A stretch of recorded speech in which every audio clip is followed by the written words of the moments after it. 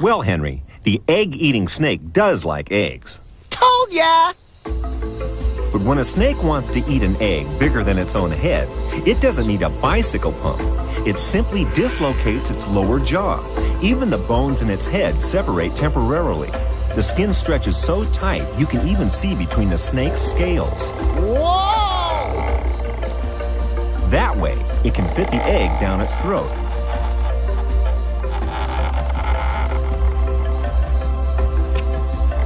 And then it does this really neat trick.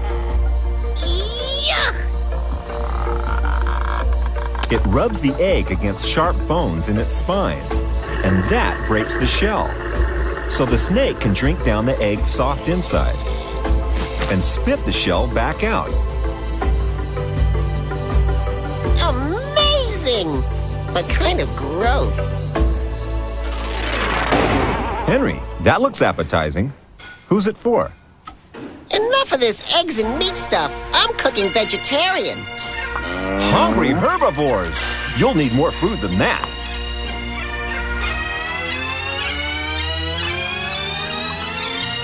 Keep it coming, Henry. Cows have 4 stomachs, so there's lots of space to fill. Unlike meat, plants don't have a lot of protein in them.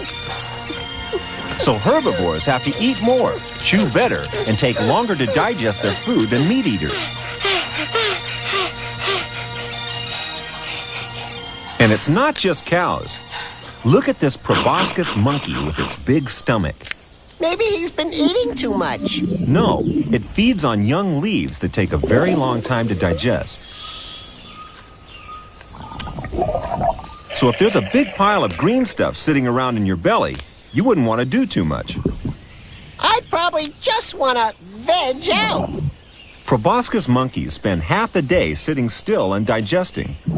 Like these monkeys, many other herbivores have specialized appetites.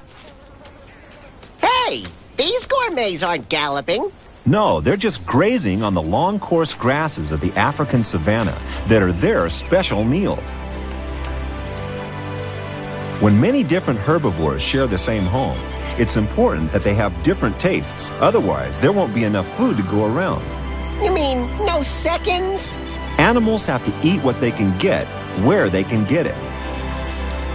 The giraffe uses its long neck to get leaves other grazers can't. The spines on that acacia tree are really sharp, but they're no problem for the giraffe's tough tongue.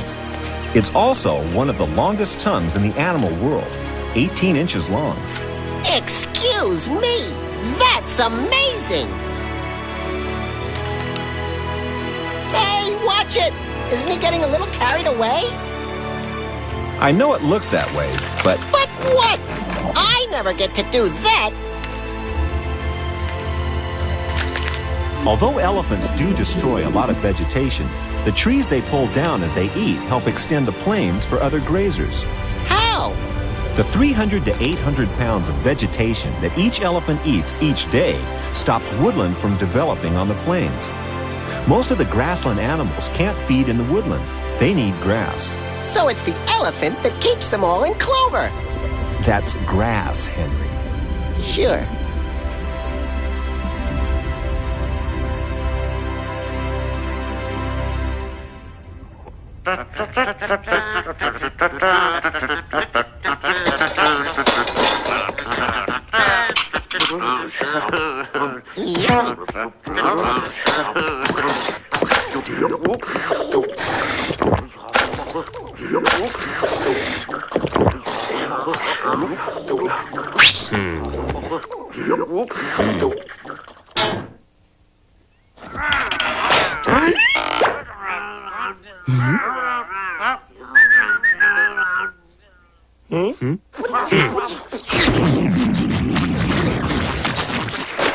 And now, Henry's Amazing Golden Gecko Award for the all-time best amazing animal appetite. Third place bronze medal goes to the Australian koala, who's so finicky about food, it only eats the leaves of the eucalyptus plant.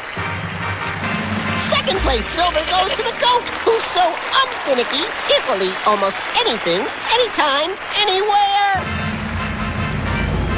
But my Golden Gecko Award for the all-time best amazing animal appetite goes to the the sea otter, who carries his own dining table and cutlery with him wherever he goes. These sea otters live off the coast of California and love to eat mussels, abalone, sea urchins, and clams.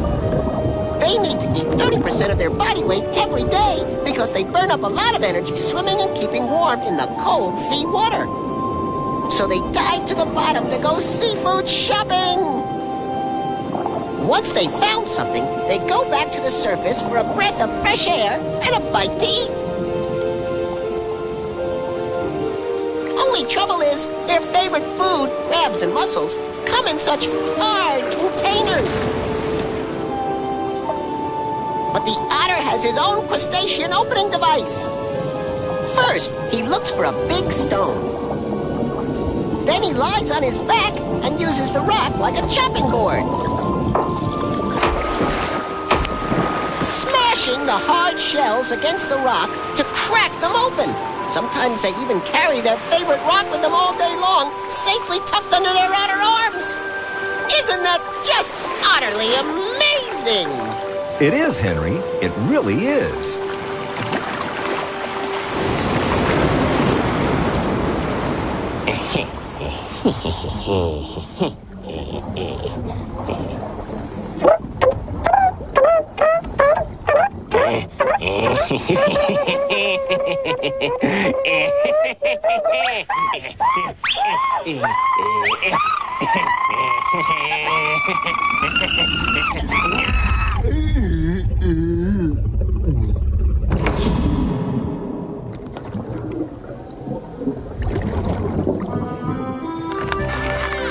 Hey, Chef Henri, how's the menu coming along? C'est magnifique! There's something to suit everyone's taste. What? Looks like the goat loves the whole menu, Henry. Huh? As you know, goats will eat almost anything, even your cooking. Maybe he'd like it with ketchup next time. Well, Henry, many other animals do have very particular appetites. These frigate birds who live in the South Atlantic are known as the pirates of the seas. Pirates? Man the sails! Load the cannons! Lock up the cookies! Henry, they're not after your cookies. They eat fish, and that's pretty much all. So why are they attacking that bird? That bird's a booby. Who you calling a booby?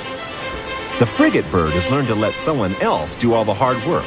It waits while the smaller booby bird catches a fish. And then, just like a pirate, it steals what it needs. Stand by to repel boarders! Man the fridge! Then the poor booby has got to go fishing all over again. Boy, guess we know how he got his name. These frigate birds have big appetites and bad attitudes. They'll keep chasing the boobies until they've had enough to eat. And the booby prize goes to...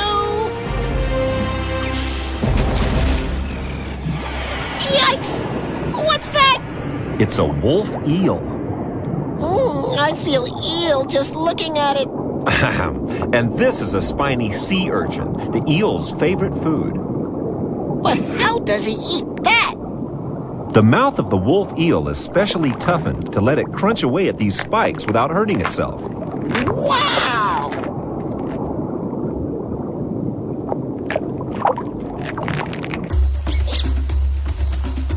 Here's another amazing animal who has a specialized diet, the fishing mouse. A fishing mouse? Yeah, and I'm a hang-gliding gecko. It's for real. It lives in South America.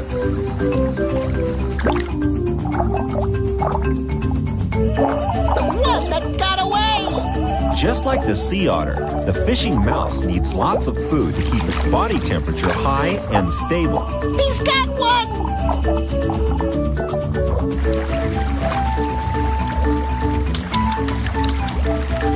Silly me. I thought all mice ate cheese. I guess there truly is no accounting for taste.